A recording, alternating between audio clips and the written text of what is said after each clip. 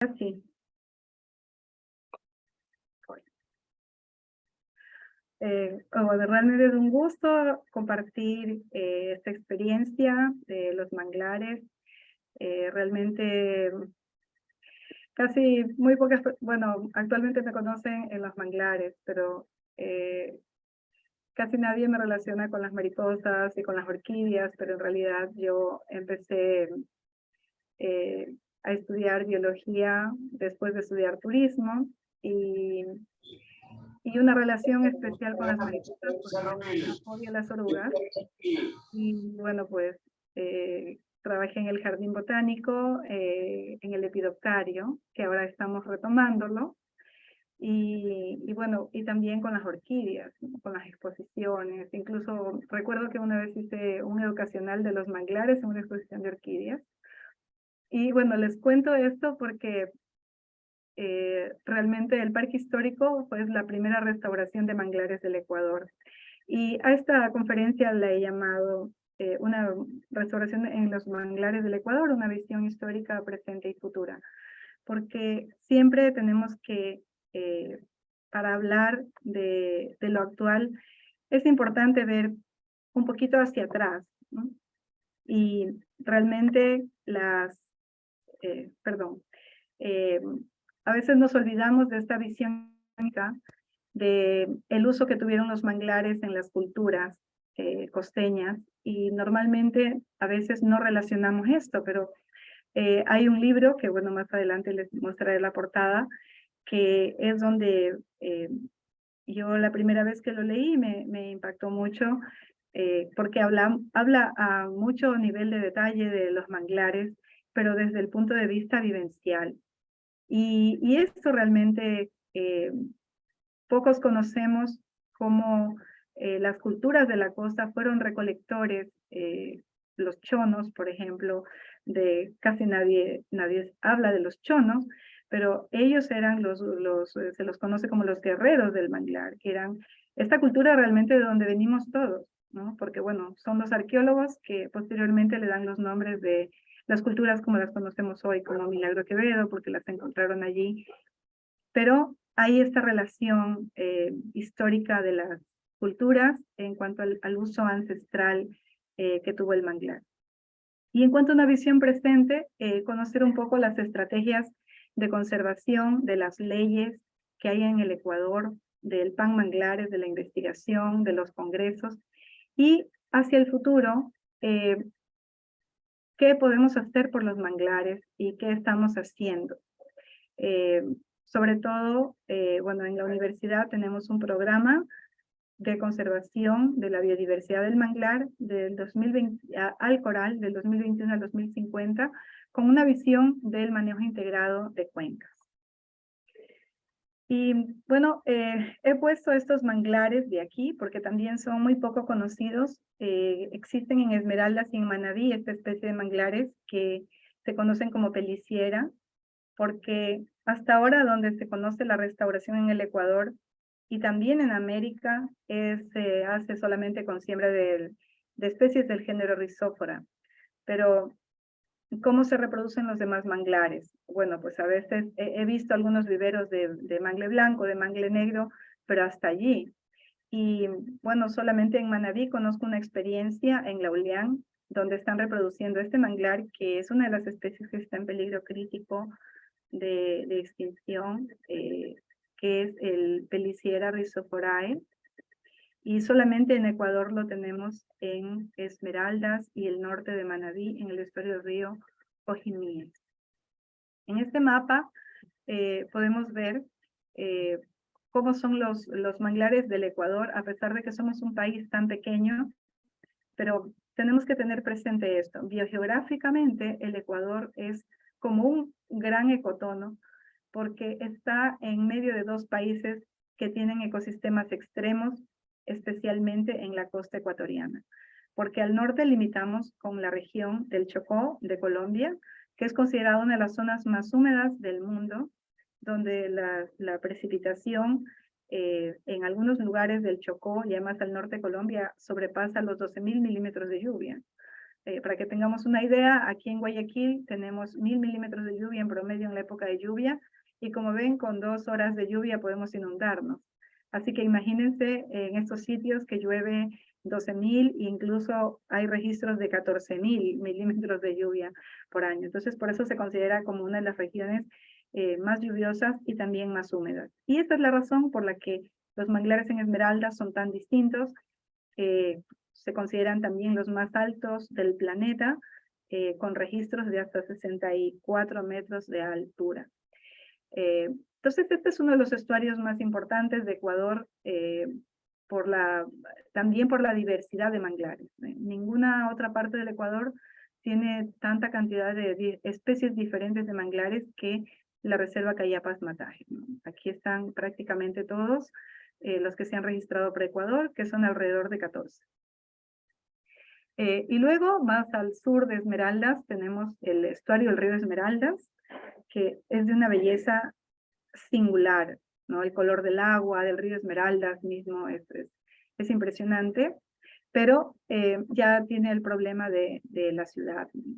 Luego el estuario del río Muisne, que ya está en el límite con Manabí, que está el estuario del río Cojimíes. Estos dos juntos forman un área protegida. Y luego uno de los más pequeñitos, pero totalmente aislado, es el estuario del río Chone, que recibe las aguas o todos los nutrientes de la cordillera costanera. En Santa Elena tenemos un pequeño remanente de manglares, que ni siquiera se lo dibuja como manglares. Y obviamente llegamos a Guayas, donde está la mayor cantidad de manglares que tenemos. Alrededor del 64% de todos los manglares en extensión del Ecuador están en la provincia de Guayas. Y finalmente la provincia de El Oro, con el archipiélago de Jambelí. Cada manglar del Ecuador es distinto, porque hacia el sur, en cambio, el Ecuador se encuentra limitando con una de las regiones más desérticas del planeta, que es el desierto de Lima. Entonces, Ecuador está entre la región más húmeda del mundo y uno de los desiertos más antiguos del planeta, que es el desierto de Lima. Entonces, Ecuador está en medio de eso y dividido por la cordillera de los Andes y también por la cordillera costanera, que hace que la costa del Ecuador sea muy distinta a otros países andinos.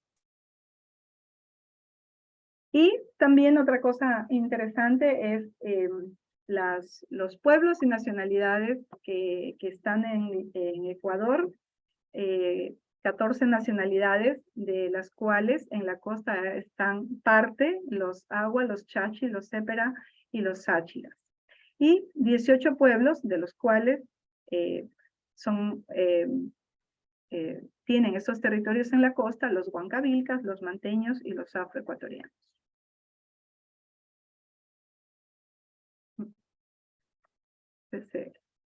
Se congeló mi pantalla. Ya. Y otra parte, esta visión histórica, entonces, si lo vemos así, en 3 momentos: las culturas de la costa de 800 años antes de Cristo, que les había mencionado los chonos, la época colonial, 1500 años después de Cristo, y la época republicana, 1830. No sé por qué se está congelando mi pantalla. No puedo...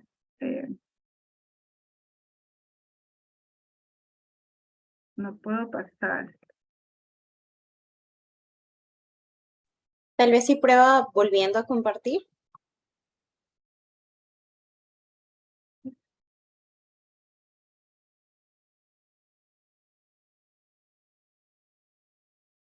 No. Estaba poniendo escape y... no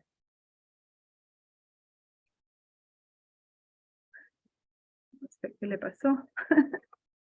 Pero bueno, en esta visión histórica es importante destacar, esperemos tal vez, es importante destacar lo que pasó en cada una de estas épocas, ¿no? Por ejemplo, a veces nosotros decimos, no, la deforestación fue solamente hace los últimos años, pero realmente la deforestación es ancestral, ¿no? ¿Por qué? Porque todas las construcciones que se hacían en todas las culturas costeñas eran de madera. No conocíamos el hormigón, no conocíamos el cemento.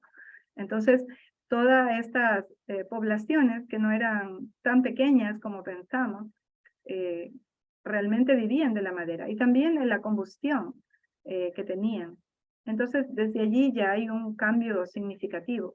De hecho, los punaes eran comercializadores de algarrobo.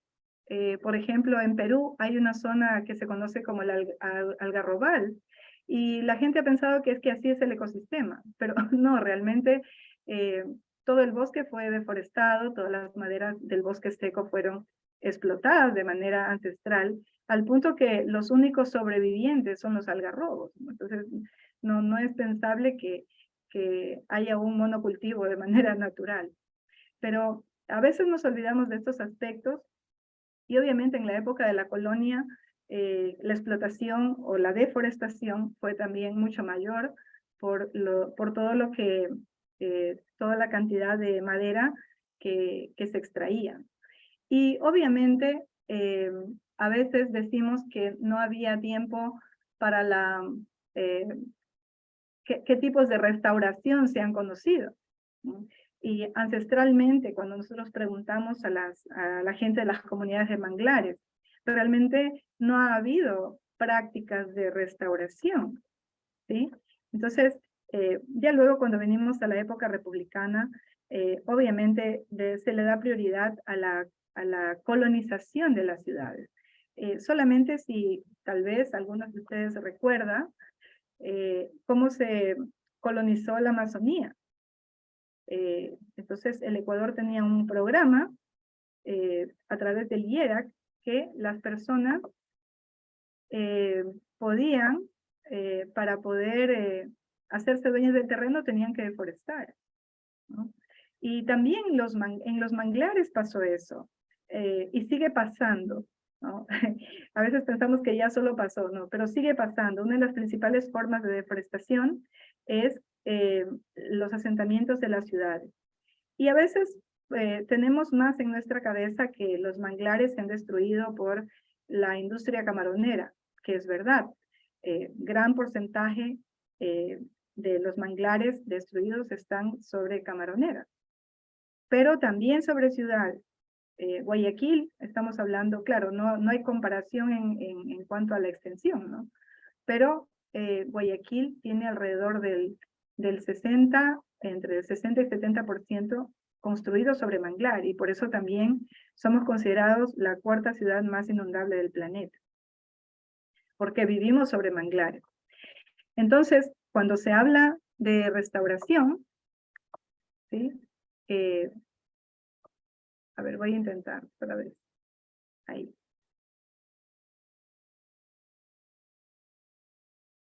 No sé qué pasa. Ya, entonces, cuando se habla de restauración, nos olvidamos de este uso que ha habido, ¿no? Esta es una ilustración que me gusta, como había esta convivencia de los chonos en los manglares y con los cocodrilos, ¿no? No nos imaginamos esa relación así cercana.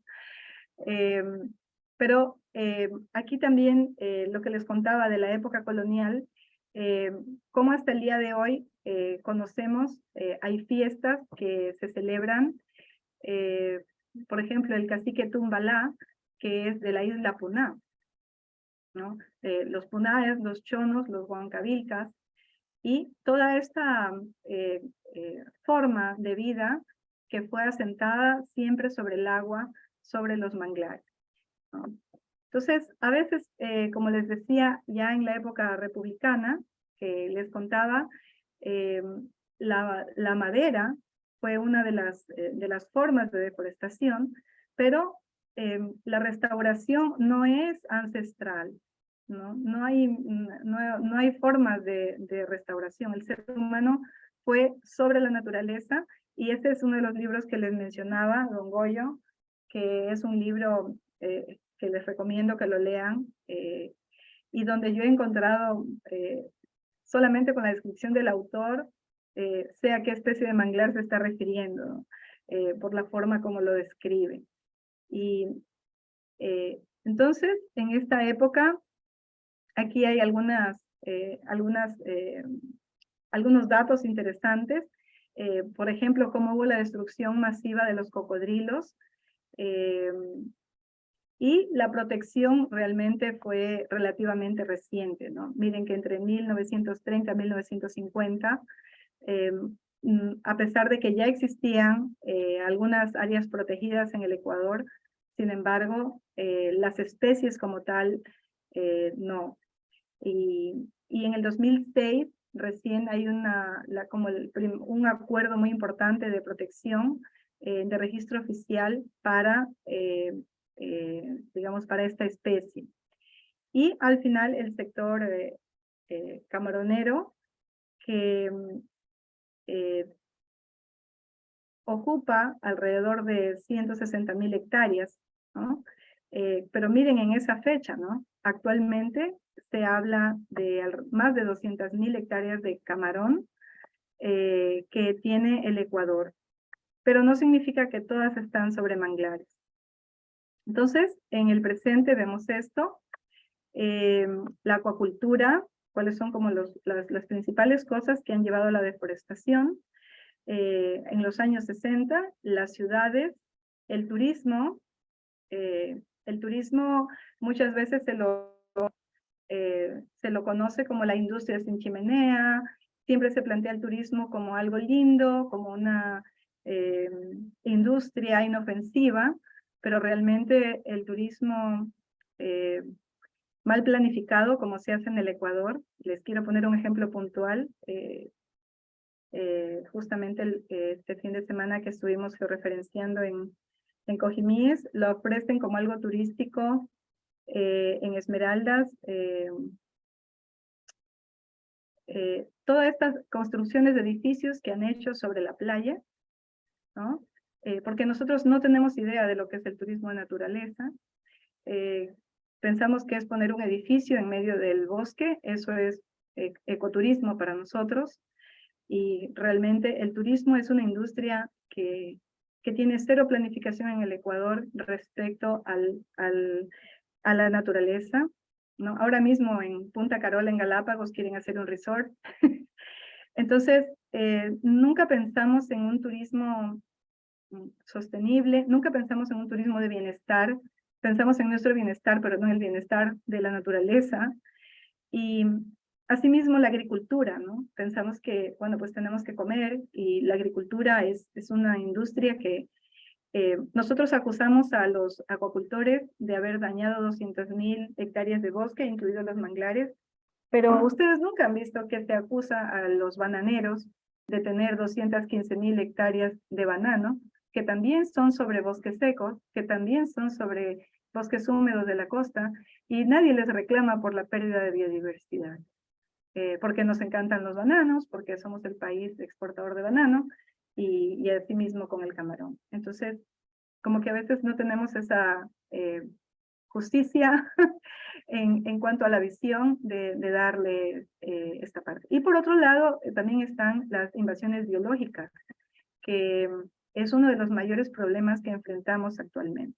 Entonces, por eso cuando se habla de restauración, muchas veces no se consideran todas estas aristas y todas estas estrategias que hay que considerar en el momento de pensar en una restauración.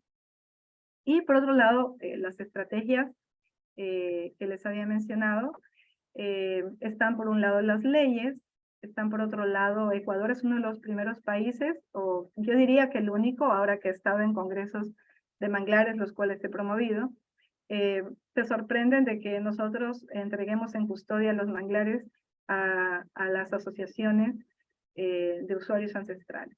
En Colombia dijeron, si nosotros hacemos eso, mañana no tenemos manglares. En México, bueno, pues cada país tiene una forma de gobernanza de la tierra muy, muy distinta a la nuestra. Y realmente esta estrategia de Ecuador ha permitido posicionar a las comunidades de manglares como custodias. Finalmente, dentro de las leyes también tenemos el COA, que es el Código Orgánico Ambiental, y el PAN Manglares, que se hizo en 2019, pero que acabo de justamente tener una conversación con alguien que me preguntaba sobre las políticas públicas para restauración. Y entonces, este es un cuadrito que me gusta mostrarlo solamente para que la gente se dé cuenta de que nosotros hacemos esta diferenciación entre manglares, salinas, pero no consideramos las salinas como una parte del manglar. Yo siempre le digo, es como que tú tengas una casa sin patio, ¿no? Las salinas son como ese patio que necesitan los manglares, pero son parte de los manglares, ¿no? No son un ecosistema aparte. Las salinas son parte de los manglares y yo, ahora que tenemos este trabajo de restauración, quiero incluir ese concepto de manera integral. O sea, los manglares se componen de agua, salinas y la vegetación de los manglares, ¿no? Todo eso hace el ecosistema. Es lamentable que en el Ecuador, bueno, pues tuvieron la ley de playas y bahías y era permitido construir las primeras camaroneras, todas fueron sobre salinas. Y por eso, si ustedes ven las cifras de manglares, de 203.000, tenemos 148.000, y de 51.000 salinas, tenemos 3.000. Claro, la mayoría de gente se fija, en la vegetación sí hemos perdido. En porcentaje es casi nada. Pero si nosotros contáramos la cantidad de agua que se ha perdido, los canales que han sido rellenados, si a esto le sumamos lo que ha pasado en las ciudades y lo que sigue pasando en las ciudades, realmente es desastroso, ¿no? Porque de las salinas se perdió casi el 93%. Es bastantísimo, es casi todas las salinas se han perdido. Y las salinas son los lugares donde los cangrejos se reproducen, donde los cangrejos crecen, donde los cangrejos se alimentan en sus estados juveniles.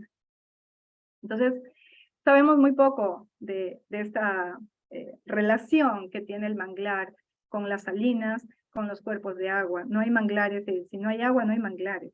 Y le conversaba a esta persona que una de las pocas protecciones que tuvo el Ecuador la hizo León Febres Cordero, porque protegió los cuerpos de agua y protegió las salinas. O sea, y es un acuerdo ministerial, ¿no? Entonces, y le decía también que Guayaquil tuvo una ordenanza donde decía que se construya a 200 metros de la ribera del último manglar. Pero ustedes ven Guayaquil ahora, las casas son sobre el agua, seguimos haciendo edificios sobre los manglares y, bueno, pues lamentablemente todas esas ordenanzas quedaron para el recuerdo, ¿no? Bueno, ni siquiera para el recuerdo, porque mucha gente ni las conoce. Bueno, entonces esta es la cifra, lo que les decía, ¿no? Que como se separa salinas de manglares, pero si sumamos todo eso, si sumamos la pérdida de salinas y de manglares, realmente el porcentaje cambia, ¿no? Y ustedes ven aquí hacia dónde va la industria camaronera. Ahora hay medidas o políticas mundiales que quieren hacer que la industria camaronera sea sostenible. Porque yo decía, sí, claro, sí hay manera de hacerlo, pero tendríamos que tener políticas públicas de poner que la restauración sea hacia adentro de las camaroneras, no hacia afuera como lo han hecho, ¿no? Entonces, ok, yo quiero ser una camaronera certificada, muy bien, restaure una franja de manglar mínima de 500 metros hacia adentro. Por ejemplo, en Brasil hay una política de que cada camaronera debe tener cada bananera debe tener una franja mínima de 500 metros de bosque. Entonces, si nosotros tuviéramos como política pública en el Ecuador una franja mínima de 500 metros de cada camaronera, entonces haríamos una verdadera restauración de los manglares. Y con un porcentaje mínimo, ¿no? Pero ahora nosotros damos una vuelta por los manglares y uno ve de un lado a otro, los manglares son cortinas en la gran mayoría de, les hablo por ejemplo del Oro, ¿no? Que es uno de los lugares que me da más pena porque es una fila de manglares que se ve al otro lado de las camaroneras y bueno, pues por otro lado donde no hay nada, ¿no? Y las camaroneras gastan en comprar maderas para que no se les vaya el muro, les ponen llantas encima y aparte de que están cortando la madera del bosque para sostener el muro, es que es totalmente absurdo, es que si eso se pudiera arreglar con una política pública, señor, para que no se le vaya el muro, usted siembre manglares y retroceda a su camaronera 500 metros y le va a ir mejor. Va a tener agua limpia, va a tener un muro sostenido por siempre. No es tan difícil, ¿no? Pero se cuentan los camarones y se cuentan los millones. Miren, esto siempre lo pongo cuando hablo de restauración, porque esto ocurrió entre la pandemia. Dicen que esto fue una camaronera, es un caso bien estudiado, una periodista hizo un caso bien bonito de esto, una buena investigación, y entonces decía que esta camaronera es una camaronera pequeña de 100 hectáreas, es una camaronera pequeña de 100 hectáreas, y que tenía permiso para hacer esto, porque esto fue una camaronera, y entonces talaron 40 hectáreas hasta que, bueno, pues se hizo el escándalo por todas partes, y ahí intervienen las autoridades competentes, pero cuando hicieron la entrevista al señor, él decía que él tenía los permisos porque eso fue camaronera y él lo que estaba era recuperando la camaronera. Y claro, fue camaronera hace mucho tiempo. Los manglares felizmente crecen 1 metro por año. Entonces, si la camaronera tuvo abandonada 20 años, pues los manglares tenían como 20 metros. Entonces, esos casos ocurren en Ecuador, ¿no? Y bueno, pues actualmente creo que está detenido esto, pero lo que yo les mencionaba del crecimiento de las camaroneras en áreas, en tierras más altas, es la salinización del suelo. ¿Por qué? Porque esas 200.000 hectáreas de camarón que hay en el Ecuador, no todas son sobre manglar. O sea, como ustedes vieron, alrededor de 50.000 son en salinas y alrededor de otras casi 50.000 también son sobre manglares. Entonces hay alrededor de 100.000 hectáreas de camaroneras en ambientes salinos de manglares. Pero ¿y las otras 100.000? Adivinen dónde están. Están en bosques de tierra firme. Porque ¿dónde más van a estar? Están en bosques de tierra firme. Están en un ecosistema desaparecido que casi nadie lo conoce y que, bueno, pues yo lo defiendo, lo defendí en mi tesis doctoral, que es el espinar litoral. ¿No? El espinar litoral es un ecosistema que, si le pregunto a cualquiera, nadie va a saber de qué se trata ese ecosistema, porque fue una clasificación antigua de sierra, también Cañadas lo reconoció, pero ahora en la actual clasificación del 2013 está desaparecido este ecosistema, simplemente lo quitaron, lo borraron, como que no existe. Pero el espinar litoral es un ecosistema conformado por, como su nombre lo dice, por plantas que tienen espinas, como los cactus. Si usted va a Galápagos y son cactus gigantes de 10 metros, pues aquí también en el espinar litoral también hay cactus que tienen 10 metros de alto y que nadie los ha protegido nunca. Y sobre estos ecosistemas están haciendo las camaroneras. ¿Por qué? Porque el espinar litoral es el ecosistema que limita con el manglar en la costa ecuatoriana. Especialmente en el Oro. Lo he visto en el Oro, lo he visto. Bueno, pues ahí hice mi tesis doctoral durante 5 años. Conozco esa zona muy bien. Y eso mismo pasa a lo largo de toda la costa hacia Santa Elena. Todas las camaroneras y manglares que desaparecieron, pues se fueron encima del espinar litoral. Un ecosistema que tiene especies endémicas y que es especies muy poco conocidas. Y esta es la realidad. Miren, 2018-2020, miren, esta es una imagen, bueno, ahí puse el autor, y de estos mapas, ¿no? Pero esas son cosas que, como les decía, ahora que hablamos de inundaciones, justamente en las inundaciones alguien me hacía una entrevista, dice, bueno, ¿qué hemos hecho mal? Bueno, es que no es cuestión de, ¿qué no ha hecho la alcaldía ahora? No es la alcaldía, es de la historia, ¿no? Es que no hemos hecho a lo largo de la historia, ¿no? Porque, como les decía, Guayaquil tuvo una ordenanza, creo que es alrededor de los años 60, si no me equivoco, pero ahí decía, ¿no? Que no se construya nada alrededor de los manglares. Bueno, pues aquí tienen el resultado, ¿no? Esa es la proyección de Guayaquil, más edificios, más inundación, ¿no? Entonces va a decir, bueno, pero entonces, ¿qué hacemos? ¿A dónde vivimos? La ciudad tiene que seguir creciendo.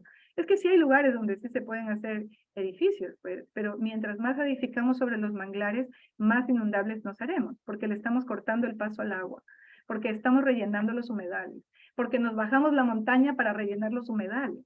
Entonces ya no quedamos con montañas que capturen el agua, ya no quedamos con humedales que almacenen el agua.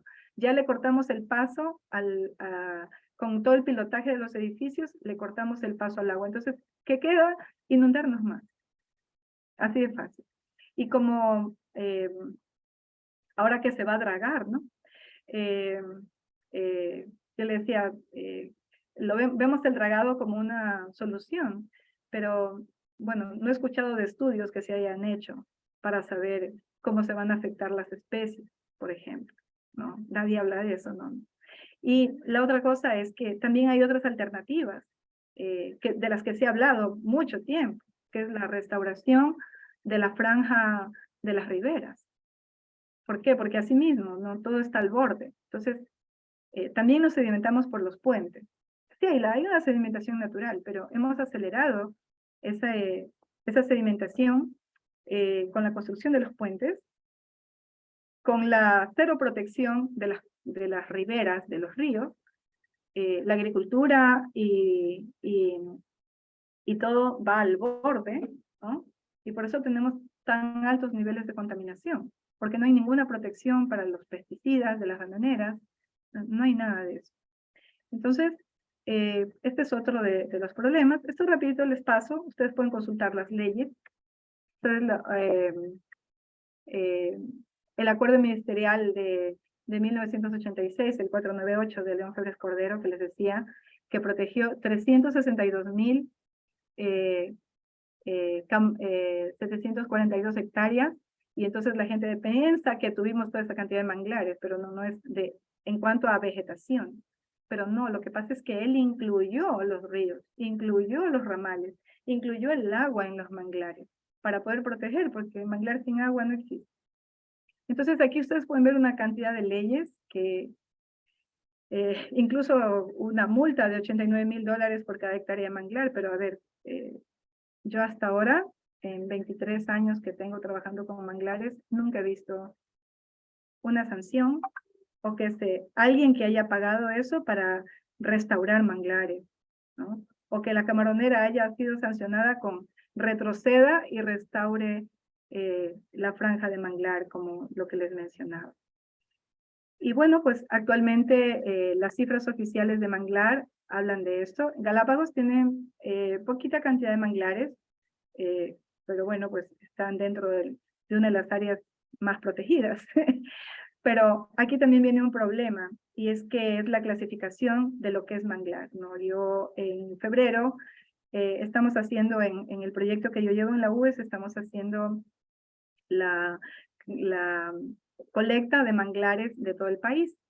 Y más adelante les muestro una lista donde está la nona glabra, que se conoce como la nona de manglar, como un manglar, es un manglar. Y voy a Isabela y todo donde la gente se ha ido a vivir es sobre este tipo de manglar, porque es un manglar de tierra, necesita inundabilidad, pero es como un árbol de tierra firme, pero es un manglar. Necesita inundación. Bueno, pues todo lo han talado porque en Galápagos no está considerado como manglar.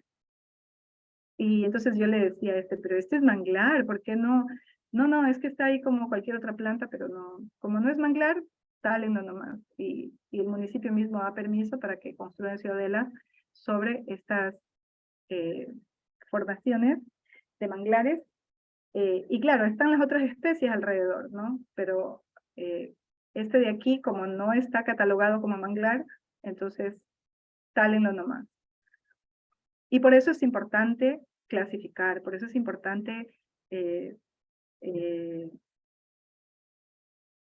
recoger, colectar los manglares y decir, bueno, mire, aquí en tal año, en tal fecha se colectó este manglar y bueno, todas esas muestras han sido depositadas en el INAVIO y para conocer eso, ¿no?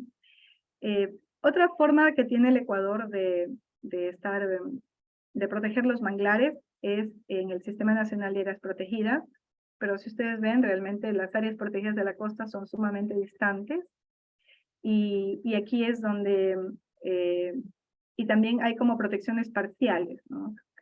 Hay manglares, ya van a ver, cuando se habla de la protección, está aquí, 65.000, un poco más, áreas protegidas, 68.000 con acuerdos de uso y custodia, y estas 16.000 como bosque y vegetación protectora. Pero realmente debería tener el Ecuador una protección integrada para los manglares. Y aquí se habla solamente del manglar como tal, como les decía, en ninguna parte se menciona la extensión de salinas. Las salinas están allí esperando ser parte de alguna camaronera, pero no están protegidas porque no se consideran manglares o no se consideran parte del ecosistema.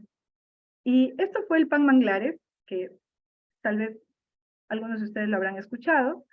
Es el Plan Nacional para la Conservación de Manglares, en donde se hicieron talleres para sacar algunas de las conclusiones, reconocer los problemas públicamente, ¿no? Y obviamente uno es la tala ilegal y algunos de los problemas que pueden ver allí, y se puso una matriz de planificación estratégica que de alguna manera, digamos que con lo que se está haciendo ahora, y también que las universidades cada vez incursionen más en la conservación de manglares, como lo que ven aquí, la investigación es necesaria, ¿no? Por ejemplo, no sabemos el ciclo del cangrejo, pero por ejemplo, lo que yo le he visto es que los juveniles se crían en las salinas. Entonces, si ya no hay salinas, obviamente que se va a reducir la cantidad de cangrejos. Pero también sumado a eso, la presión sobre el recurso, porque hay mayor cantidad de asociaciones que piden custodia, y no todas saben cuidar el recurso, porque no hay suficientes universidades, no hay suficientes ONGs que acompañen a las asociaciones a restaurar los manglares dentro de sus áreas de custodia, a estudiar más el ciclo biológico de las especies, y que eso les dé un conocimiento, aparte del que ellos tienen, que tienen mucho conocimiento ancestral, que conocen cómo se reproducen, cuándo se reproducen, etcétera. Eso tiene que estar acompañado por la investigación académica y hacer esa fusión.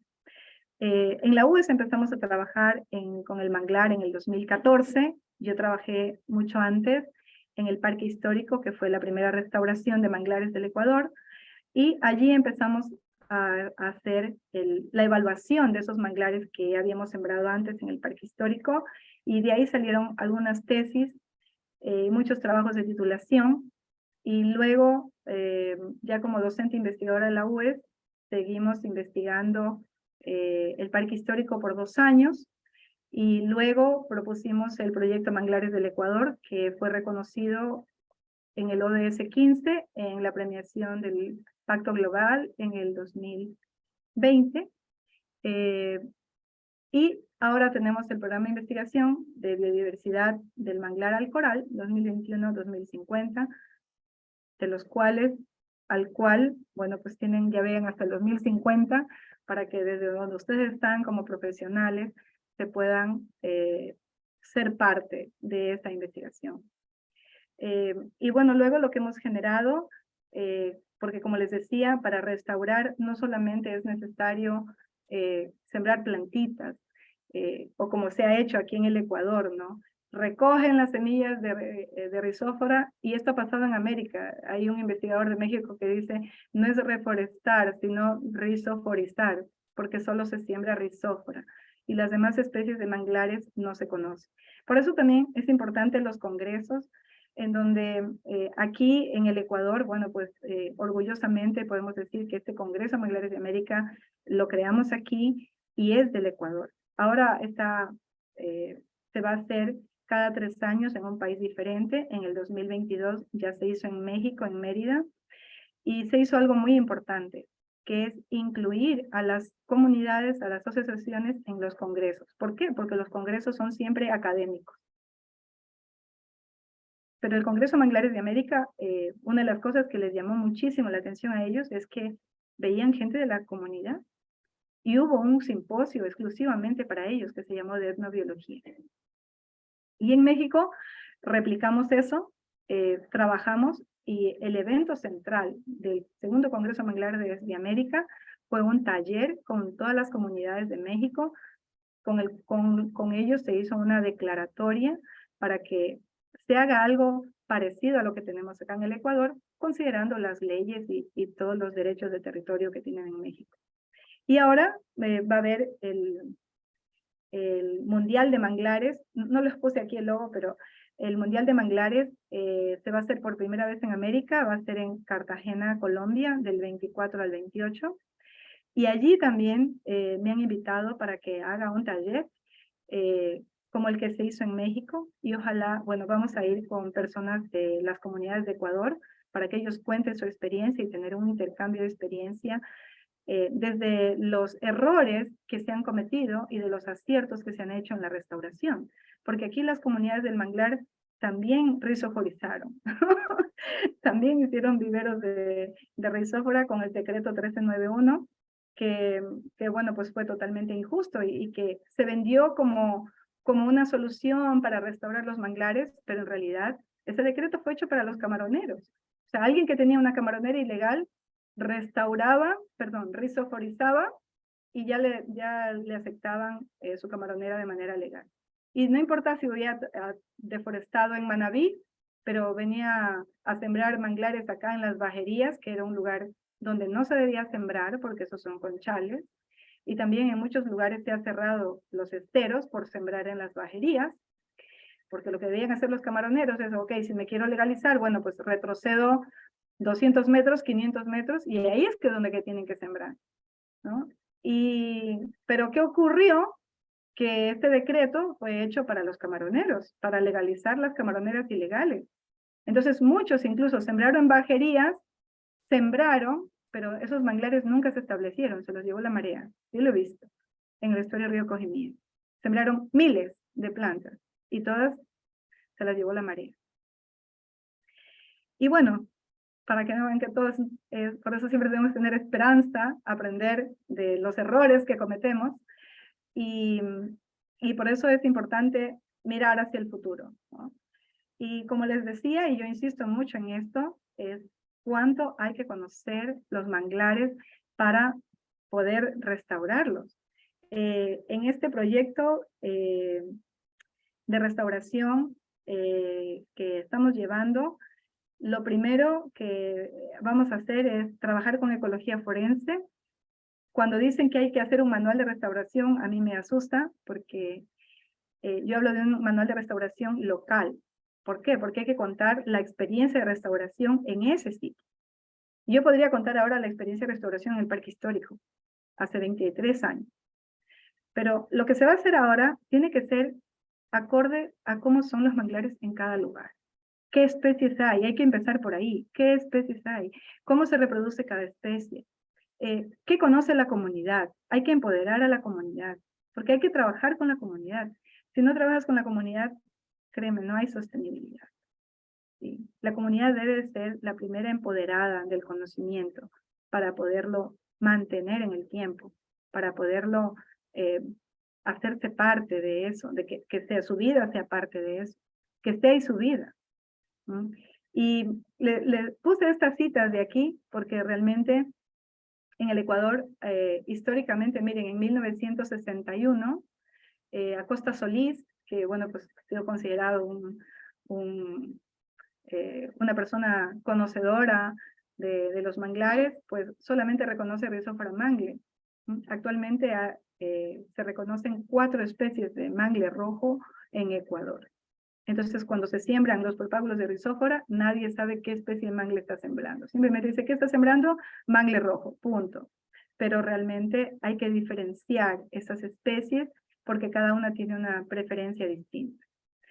Ya en el 98 se habla de Rhizophyra racemosa y Rhizophyra harrisoni, y aquí falta una especie más que en los últimos años recién se reconoce, que es Rhizophyra samoense, y que muy pocas personas conocen este mangle rojo que está allí como los otros. Y otros trabajos, por ejemplo, de Bodero un poquito antes del 95, también, solamente Rhizophyra sp, Avicennia sp, Rabuncularia, ni siquiera a nivel de especie. Y Cerón también habla de Conocarpus erecta y Rhizophyra harrisoni. Y este es uno de los trabajos, digamos, de taxonomía de manglares más conocido, realizado por Javier Cornejo, en donde él hace una clasificación de manglares mayores, menores y facultativos. Y es aquí donde les decía que está Nona glabra como un manglar facultativo. Y hay otras especies muy poco conocidas porque solamente están en Esmeraldas. Es la única provincia donde están prácticamente todos estos manglares. Manabí también tiene un poco más. Manabí también tiene el norte de Manabí, ¿no?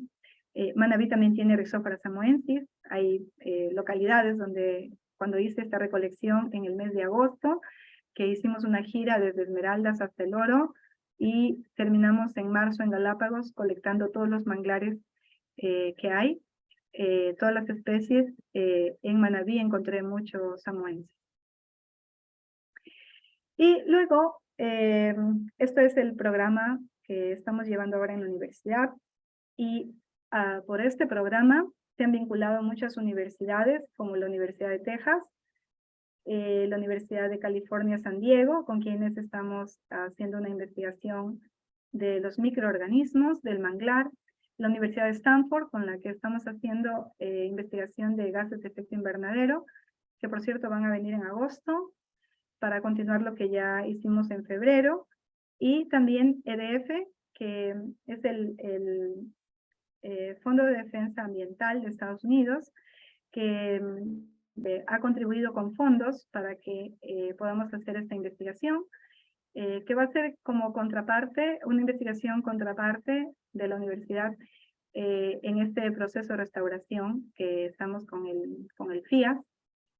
Y otras, me da mucho gusto que se sumen a esta iniciativa los GAT, ¿no? El GAT de Puerto Viejo, estamos haciendo un programa bien bonito en la Boca de Crucita con la comunidad, y fundaciones que han sido creadas por algunas de mis estudiantes, como Ingenio Verde, que es de Machala, y también algunas iniciativas privadas, como el edificio Millennium, que les digo que lo van a hacer sobre el manglar, y que están interesados en cómo recuperar los manglares, porque es el paisaje que están vendiendo, ¿no? Interesante. Y bueno, esto es lo que les decía, esta consultoría fue adjudicada a la UES el 30 de enero y está en plena ejecución actualmente. Estamos elaborando el producto 2 y terminará el 2024.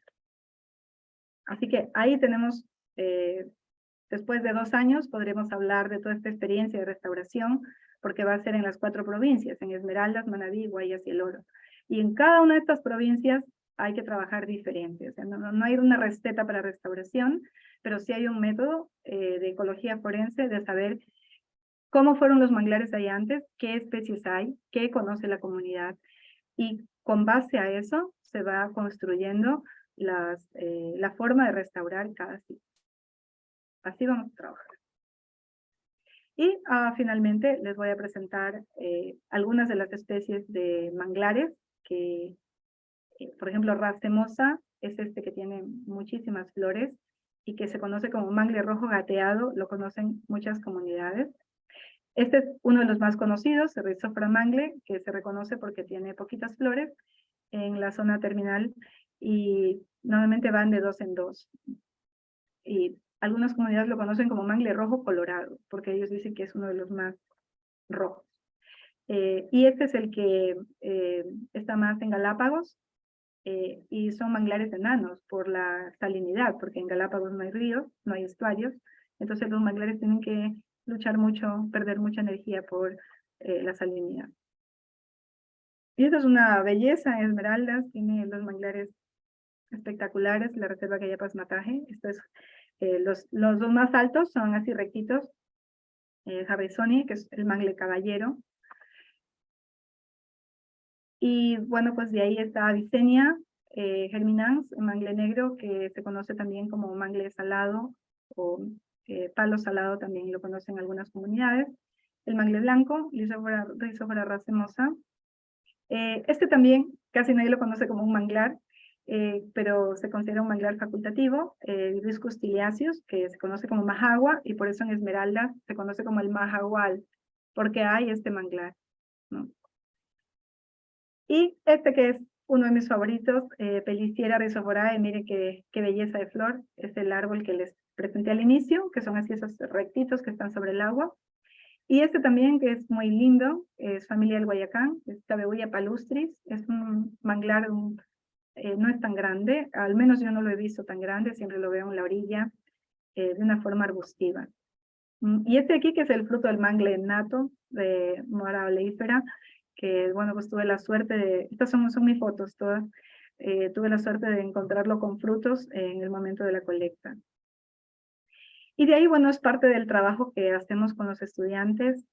Antes de la pandemia teníamos una aula libre en el Parque La Kennedy, y la gente se acercaba a mi clase a preguntar qué estamos haciendo ahí, y la gente se integraba a la clase, ¿no? Bueno, espero poderlo volver a hacer, y porque me encantan las clases con mis estudiantes, me encanta que la gente se integre, que conozca, y eso lo hacíamos con los chicos.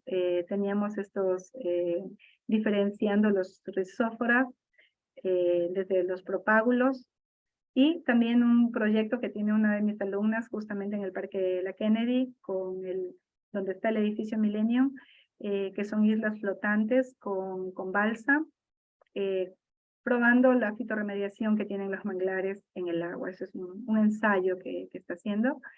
Y también investigaciones que son importantes antes de la restauración. Por ejemplo, todos los rizóforas son atacados por este insecto, Cocotripes rhizophorae, que es un barrenador, se come todo el propágulo por dentro, y de esto nosotros hemos estudiado este insecto desde el 2014. ¿No? Entonces, tenemos algunas publicaciones, tesis de los alumnos. Esto era lo que hacíamos en el Parque La Kennedy, y esto fue algo que hicimos con otras universidades, con SPOL, con institutos también, y hicimos una limpieza y una restauración de siembra de propágulos de mangle, que los que teníamos en el laboratorio. Eso fue parte de lo que hicimos allí. Y también esto es importante, ¿no? Recopilar el conocimiento que tienen las comunidades y hacer una sinergia entre la academia y las comunidades, para hablar el mismo idioma, ¿no? Conocer.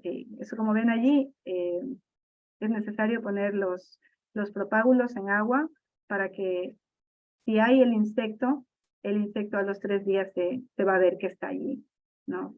Y por eso esto es importante entre los métodos para restaurar, de tal manera que sembremos, cuando sembramos, estamos sembrando propágulos sanos. Y allí fotos con mis estudiantes, y finalmente decir que si nosotros restauramos, vamos a tener comida para siempre, vamos a tener bienestar en las comunidades. Todo el conflicto que hay ahora en las comunidades se debe a que se pierden los manglares, y cada vez la presión sobre los recursos del manglar son más fuertes. Y es por eso que es necesario restaurar. Y aquí les comparto este reconocimiento me dieron en México, justamente por acercar la ciencia al servicio de las comunidades, porque eso es lo que tenemos que hacer desde la academia. No solamente hablar entre científicos, no solamente hablar entre publicaciones de alto impacto, sino ese conocimiento tiene que bajar y tiene que hacerse uno solo con las comunidades, porque si a ellos los empoderamos del recurso, ellos van a defender su recurso. ¿Por qué hay tantas camaroneras sobre los manglares? Porque las comunidades no estuvieron preparadas para defender su recurso. Muchas gracias. Muchas gracias, Natalia, por tu excelente y enriquecedora presentación. A continuación, le daremos paso a Litsi, que nos ayudará con la ronda de preguntas. Litsi.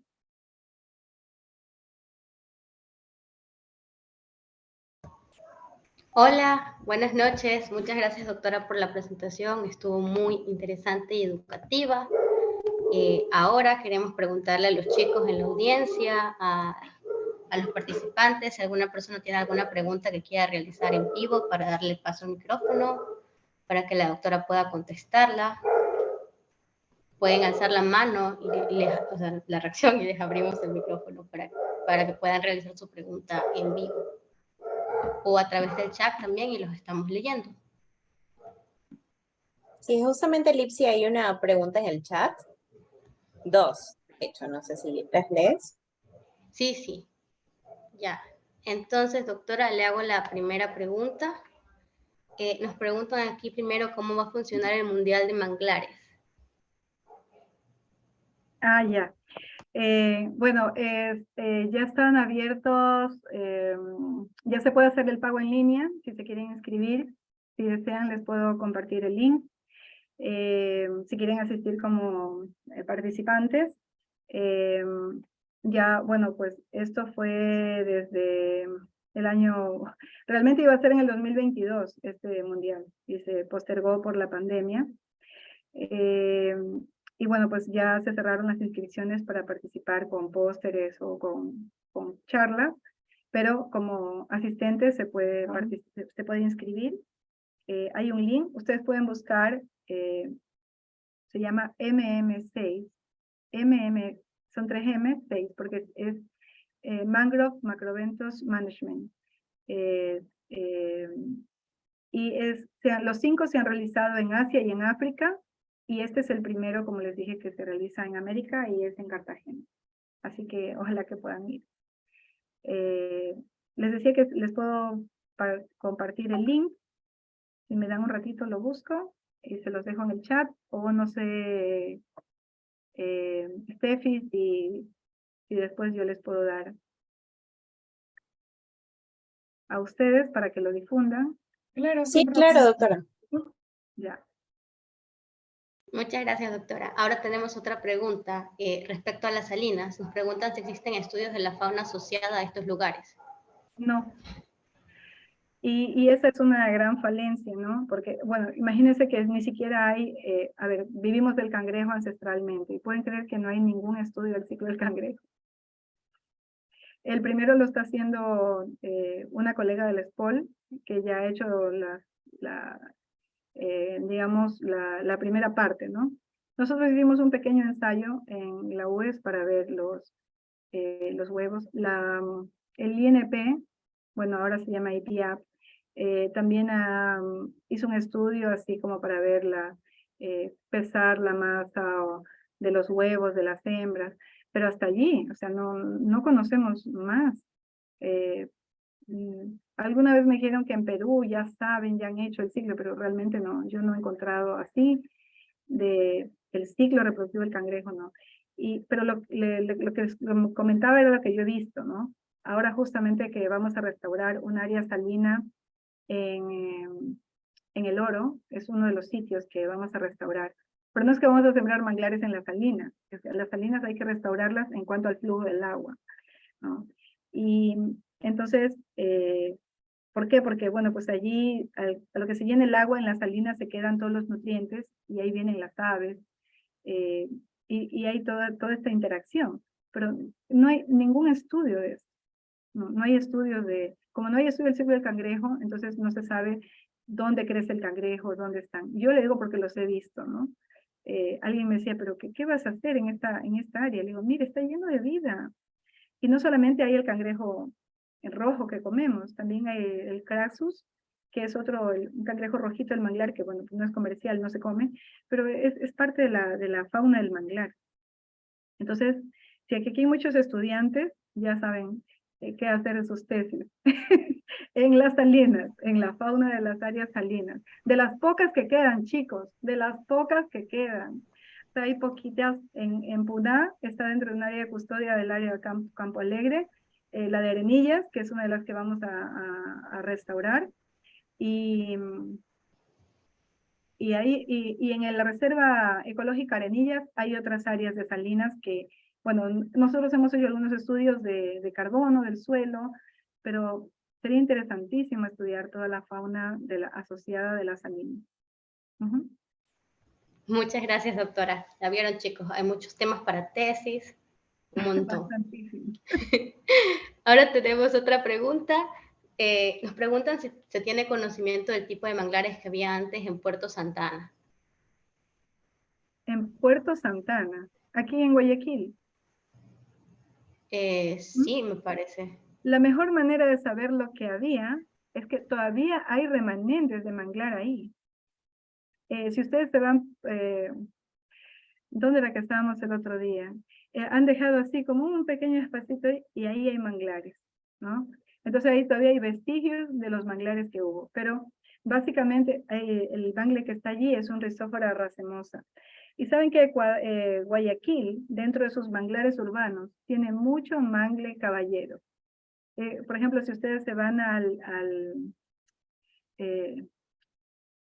ay, siempre se me olvida, ¿dónde está la iguana? ¿Cómo se llama Ventura Plaza? Al frente, esos manglares que cuando uno pasa, los manglares están ahí en la calle. Bueno, pues esos de ahí son Harrisoni, son caballeros. Guayaquil tiene bastante mangle Rhizophyra harrisoni en la ciudad. También hay racemosa. Yo en el malecón, bueno, en mi libro Árboles de Guayaquil, en la portada, el libro que está es Avicennia germinans, que está en este restaurante que es como un barco, ¿cómo se llama? ¿Arrecife puede ser? No, no. En el malecón hay un restaurante donde venden cangrejos. Ay, se me fue el nombre, no sé si se llama Arrecife el restaurante. Pero bueno, es un cangrejal ahí, ¿no? En medio del malecón. Y al pie de este restaurante hay un árbol, es mangle negro. Como decir, aquí estuvimos algún día. Y es un árbol bastante viejo y yo lo tomé para la portada de mi libro Árboles de Guayaquil. Y bueno, todavía lo está ahí, todavía no lo han talado. Pero a lo largo de todo esto, todo el malecón 2000 tenía manglares creciendo, ¿no? Y de hecho siguen creciendo, ¿no? Que dice mangle blanco, mangle negro. Y hasta donde he visto los dos rizóforas. He visto el Rhizophyra racemosa y el Rhizophyra mangle. Esos dos he visto ahí. Caballero no he visto porque el Rhizophyra, el harrisoni, el mangle caballero, como es rectito, necesita suelos más profundos. Y casi no está en la orilla. En el único lugar que los he visto a la orilla es en Esmeralda, porque allá las islas es como que parece que fueran sembrados. Y uno puede ver así, ¿no? A diferencia de que en otros manglares uno ve las raíces así entrecruzadas. Bueno, en Esmeraldas parece una plantación forestal, porque son harrisoni y son rectísimos y uno pasa así por el borde, no en todos los lados, ¿no? Pero uno pasa así por el borde, sobre todo en los canales internos, ¿no? Bueno, pues he tenido la oportunidad de recorrer estos sitios y en los canales internos, de lado y lado, solo hay harrisoni. Entonces, es maravilloso, no alcanzas a ver la copa, son súper altos. Pero muchas gracias, doctora. sí, también quería decirles que en el terminal, al frente del terminal, en el río, ahí siguen creciendo mangles negros, ¿no? Y bueno, algo que yo siempre he querido es que todas las ciudades costeras, lo he propuesto en el municipio de Puerto Viejo, con este pequeño proyecto que tenemos, de que declaren al mangle gelí como el árbol de la ciudad para que puedan restaurar con esta especie. ¿Por qué? Porque el mangle gelí, como es un manglar facultativo, se puede sembrar en parterres. Si ustedes van al parque histórico, frente a la casa Julián Coronel, hay una barrera de manglares, todos son mangle gelí y pueden crecer en tierra firme. En Galápagos es el único sitio que los he visto en los parterres, está bastante, en Santa Cruz, y en San Cristóbal incluso hacen topiarios de mangle gelí. Porque es bien cerradito, es pequeña la hoja. Entonces es un manglar que puede ser ornamental, igual que hibiscus tiliaceus. Annona glabra también podría ser, pero lo que pasa es que la annona glabra necesita inundación, necesita agua. Los otros pueden sus raíces y tolerar digamos, el nivel freático alto, ¿no? ¿Qué más? ¿Nada más? No, sí, acá tenemos otra pregunta de María Elizabeth, que quiere saber si existen estudios de metabisulfito y su afectación en los ecosistemas de manglar. He visto muy pocos estudios de metabisulfito. De hecho, uno de mis estudiantes, que tenía unas camaroneras en Manabí, él hizo ese estudio y es una tesis nada más. Pero solamente hasta ahora, solamente se tiene digamos, la percepción de las comunidades de que esta sustancia afecta a la fauna. De hecho, pero deberían hacerse mucho más estudios para medir. Y para eso tendría que hacerse ensayos en laboratorio, porque en sitio abierto es más difícil. Pero en cambio tienes que hacer ensayos para ver, poner diferentes concentraciones y ver la afectación de las especies. Y ahí yo creo que sería digamos, como un resultado mucho más más contundente, ¿no? Porque en cambio, los que he visto es como que simplemente dicen, sí, mata todo, pero bueno, ¿qué tanto? ¿En qué cantidad? ¿Hasta qué radio de acción? ¿No? Entonces, por eso todo eso tiene que hacerse en ensayos que sean más controlados para poder estimar letalidad, ¿no? Sobre las especies. Entonces, de ley que afecta, pero ¿cómo afecta? ¿Cuánto afecta? Entonces, por eso yo creo que es necesario hacer mucho más estudios. Podría decir mucho más estandarizados, ¿no? Para poder comparar en tiempo, porque lo que dicen es que muchos por hacer más rápido el trabajo, lo riegan ahí simplemente, ¿no? Y hay una afectación.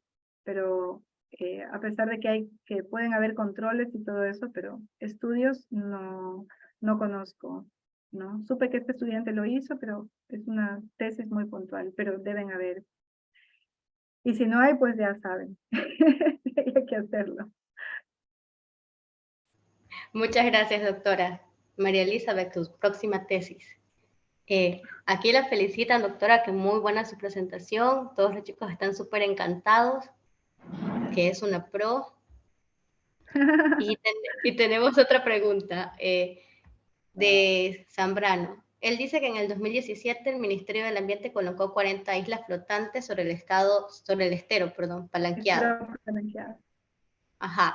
Que qué tan viable seguir con este proyecto por el ramal de Urdesa, dice hasta Miraflores, para mitigar un poco la contaminación de las aguas residuales. Bueno, nosotros evaluamos las islas cuando ya estaban instaladas. Justamente el ministerio nos invitó a nosotros en el 2018, exactamente. Incluso hicimos un simposio en la UES del estero salado. Así se llamó el simposio, ¿no? Pueden buscar, las memorias están por ahí. Y fue muy bonito creo que fue en 2018, creo que sí, no recuerdo. Pero las islas flotantes las fuimos a evaluar en el estero Palanqueado, y de ahí nosotros hicimos dos tests. Una justamente fue para probar otros materiales con los que se podrían hacer las islas flotantes. Y como les mencioné, una de nuestras estudiantes de Ingeniería Ambiental, Ángela Ceballos, ella lo tomó porque la tesis de Rubén Hermenegildo consistió en probar diferentes materiales, porque lo que nosotros vimos es que las islas, primero eran súper pesadas, solamente sembraron rizófora, y el orificio para sembrar el manglar era más o menos así, de este porte. Ya, papito, ya. Mi papá ya se va a dormir. Y entonces, claro, cuando pusieron el propágulo, obviamente el propágulo entró, pues, ¿no? Pero cuando creció el manglar quedó estrangulado ahí en ese metal. Y nosotros evaluamos, me acuerdo que evaluamos en otra tesis, evaluamos el suelo, el suelo. Entonces fuimos como en cada uno de estos hoyitos colectar un poquito de suelo de cada uno para ver cómo estaba, qué nutrientes tenía el suelo allí, qué nutrientes podía tener en estos pequeños recipientes. Sé que se han hundido actualmente, por lo cual no es viable, y justamente una de las cosas que nosotros decíamos, bueno, al principio fue como todo lindo, ¿no? Los manglares crecieron 1 metro, pero ya cuando los vimos de cerca, tenían muchas enfermedades por el estrés, porque estaban casi estrangulados. Nosotros hicimos un raleo, porque dijimos que para quitarles el peso, pues querían que les podemos, las raíces se habían hecho una red ahí abajo, y obviamente se habían convertido en el hábitat de muchos organismos, ¿no? Entre ellos jaivas, peces. Alrededor de las islas el agua se veía un poco más clara, más limpia, por todos los organismos que estaban allí. Pero lamentablemente no recibieron el mantenimiento a lo largo del tiempo. Fue un proyecto muy costoso, pero no fue sostenible. Por eso es importante la sostenibilidad. El ensayo que nosotros estamos haciendo con las islas flotantes es para que funcionen como un vivero. Esa es nuestra idea. Pero nuestros módulos de balsa que ustedes vieron se pueden abrir y cerrar. Son como unos legos, ¿no? O sea, tienen dos tiras, y ahí en medio ponemos los propágulos y ahí están creciendo, ¿no? Entonces, bueno, vamos por ahí ensayando y ensayando, pero fue muy penoso esto de aquí, porque bueno, no sé si ustedes saben la historia completa. El estero Palanqueado fue desalojada, la gente que vive ahí, fue dragado, y sobre esto pusieron estas islas flotantes. Y actualmente pues se han perdido, ¿no? Las últimas fotos que me enviaron ya eran algunas más viradas por el peso de los mangles, porque estos mangles tenían que ser podados, ¿no? O sea, creo que la idea inicial era como que los manglares crecieran un poquito y sacarlos de allí, pero era imposible por la estructura de estas islas, que tenían hierro, eran sumamente pesadas. Y bueno, eso fue lo que nosotros evaluamos, ¿no? La factibilidad y buscar otro tipo de materiales. Entonces, Rubén probó balsa, bambú, banano, ¿no? Iba evaluando así, ¿no? Entonces, el banano se hundía, se mojaba, se hundía, y obviamente él decidió que el mejor material es la balsa. Por eso es que Ángela ahora está trabajando con balsas, ¿no? Así que les contaré, Ángela va a terminar la tesis en agosto, y ahí les contaré lo que logramos en este pequeño ensayo, ¿no? Eso de Muchas gracias, doctora. Y justo eso se conecta con otra pregunta que nos hacen aquí, de que si existen procedimientos básicos para la restauración de los ecosistemas de manglar. Como les dije, lo primerito es, no hay una receta, ¿no? No hay una receta, pero sí hay un método que ya lo han hecho en otros países, que es la metodología forense, que como la palabra lo dice, ¿no? Forense es ver cómo fue antes, qué estuvo, para que con base a eso puedas reconstruir. Con base a eso puedas decir, ya, ok, lo que yo conozco ahora es que de las 4 especies de Rhizophyra que hay, no puedes sembrarlas todas en el mismo sitio, porque cada una tiene un tipo de preferencia. Por ejemplo, el Rhizophyra mangle, el mangle rojo colorado, yo lo he visto en suelos más duros generalmente. Por ejemplo, en Galápagos crece sobre la roca. Ya más duro que eso, ¿qué otra muestra quieres? Pero, por ejemplo, en Galápagos no hay Harrisoni. No hay Harrisoni. No hay racemosa. Entonces, eso tiene que decirte algo, ¿no? O sea que, entonces, Rhizophyra mangle prefiere suelos más duros, más rocosos. Y de hecho, donde yo he visto, a lo largo del Ecuador, por ejemplo, en Puná, Rhizophyra mangle, en suelos duros. Rhizophyra harrisoni, como les digo, en esmeraldas, plantaciones, suelos más profundos, suelos con más nutrientes, porque claro, como son árboles que crecen rectito, entonces necesitan que el suelo sea mucho más profundo. También lo he visto aquí en el Golfo de Guayaquil, ¿no? Siempre están como un poquito más adentro, ¿no? Y afuera, generalmente, lo que más he visto cerca del agua, en el el oro principalmente, y en algunos sitios de Guayas es el Rhizophyra racemosa, el mangle gateado. Porque como su nombre lo dice, es gateado, entonces va como estirándose, ¿no? Sus raíces son mucho más como tendidas, ¿no? Y hacen una barrera, esas raíces hacen como una pared para soportar el oleaje. Estructura que no tiene tanto el Rhizophyra harrisoni. Entonces, todo eso hay que observar.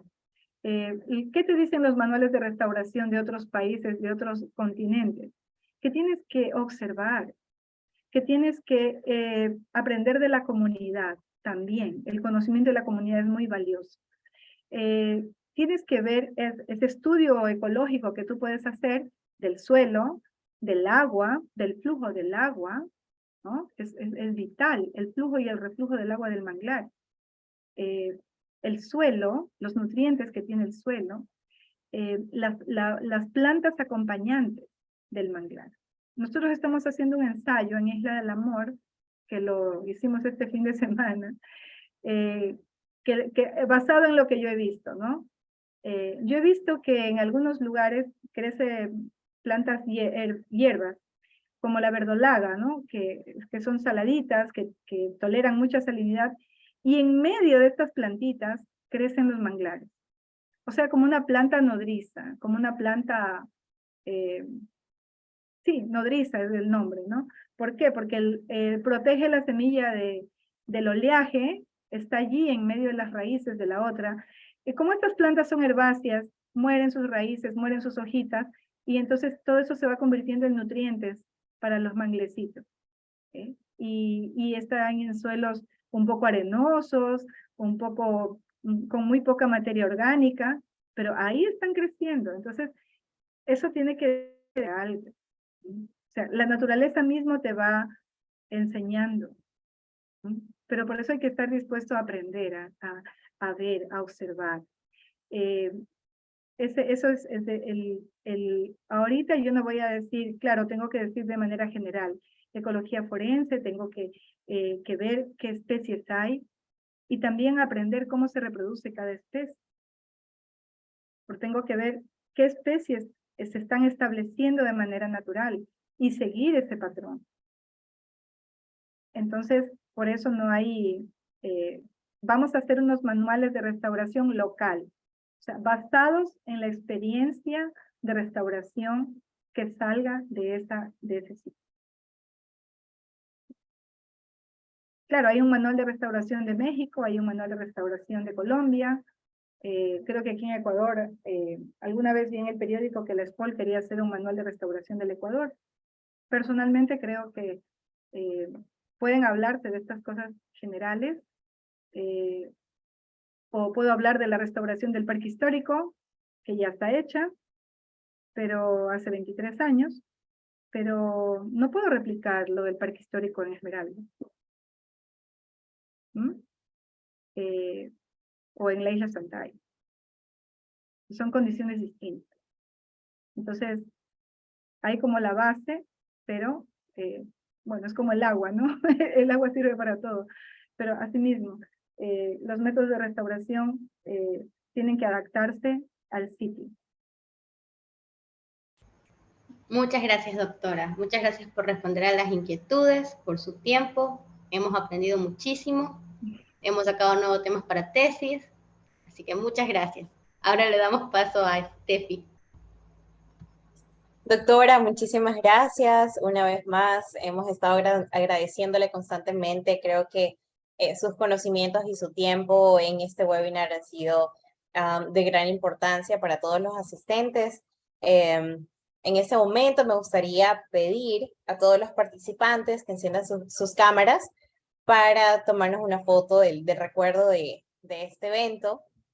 Mientras tanto, me gustaría recordarles que en el chat hemos dejado un link para que nos ayuden con su opinión, con su retroalimentación sobre qué les ha parecido este evento, ¿no? Así vamos mejorando tal vez sobre nuevos temas que les gustaría que tengamos en estos espacios, ¿no?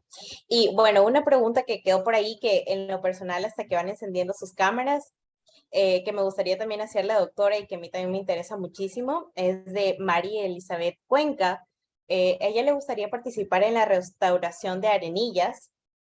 Pregunta si tal vez podría ella involucrarse y en general, de forma personal también se lo pregunto y me imagino que aquí hay muchos también que les gustaría involucrarse. Como jóvenes podríamos involucrarnos en estos proyectos?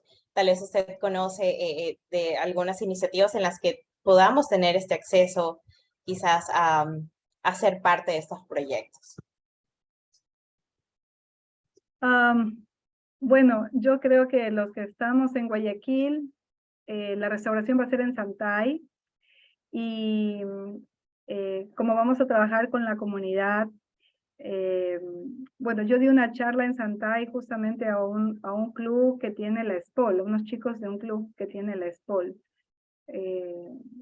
No recuerdo el nombre ahora del club, pero sé que es un club que no sé si es de sostenibilidad o ambiental, algo así, pero dimos un taller ahí justamente de los mangles, ¿no? Ahí en vivo, con los mangles ahí. Y mi idea es que, bueno, cuando empecemos la restauración en cada sitio, ¿no? En Esmeraldas, en Manabí es en 2 sitios, en Isla Corazón y en Isla del Amor. En Manabí es todo romántico, ¿no? Isla del Amor, Isla Corazón. Pero primero tenemos que pasar, nosotros, bueno, como les dije, nosotros somos los consultores, pero quienes llevan esto o quienes aprueban las áreas es el FIAS, quienes, digamos, quienes hicieron la licitación de este proyecto de restauración, ¿no? Entonces, vamos por etapas, ¿no? Entonces, ahorita estamos en la etapa de presentar, ya hicimos la socialización, la georreferenciación, y también el aspecto de la figura jurídica, ¿no? Entonces, tienen que ser aprobadas las áreas, y una vez que nos aprueben las áreas, ahí empezamos el proceso de restauración. Entonces, ahí obviamente vamos a hacer capacitaciones in situ para la comunidad, y obviamente a esas capacitaciones que son para la comunidad, yo digo mal llamadas capacitaciones, realmente me gustan más talleres, ¿no? Talleres en donde yo aprendo cada día de las comunidades, y es ahí donde vamos a planear cómo vamos a hacer la restauración en ese sitio. Claro, no es que ahorita vamos de cero, ¿no? Sino que si esas áreas son, bueno, pues ya tenemos pensado cómo podría ser. Pero ya de ahí ya vamos a trabajar, y obviamente la idea es que, sobre todo en Santay, quisiéramos que sea como un lugar donde sea muy accesible, que la gente pueda ir y ver, aprender, empoderarse de los procesos de restauración que se pueden hacer allí. El problema, por ejemplo, de Santay es distinto a otros, porque en Santay hay muchas especies exóticas. En Santay hay muchas especies nativas que están invadiendo el manglar. O sea que tal vez no es la palabra invadiendo, pero están colonizando, tal vez, ¿no? Están colonizando el manglar. Hay zonas más sedimentadas. Entonces, es distinto, por ejemplo, en Isla Corazón, es distinto en Isla del Amor, es distinto en Isla Palma Real, es distinto en Arenillas, que es un salitral. Entonces, pero sí, en la medida en que se puedan vincular a estos procesos, ¿no? Sobre todo cuando la gente va a sembrar, y en algunos lugares donde vamos a hacer restauración hidrológica, es justamente en Arenillas, ¿no? En el salitral, porque hay un muro de camaronera alrededor.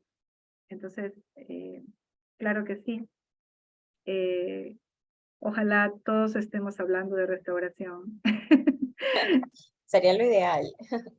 Ay, perfecto. Bueno, ahora sí vamos a proceder a la foto. Si nos ayudan con sus cámaras, porfa.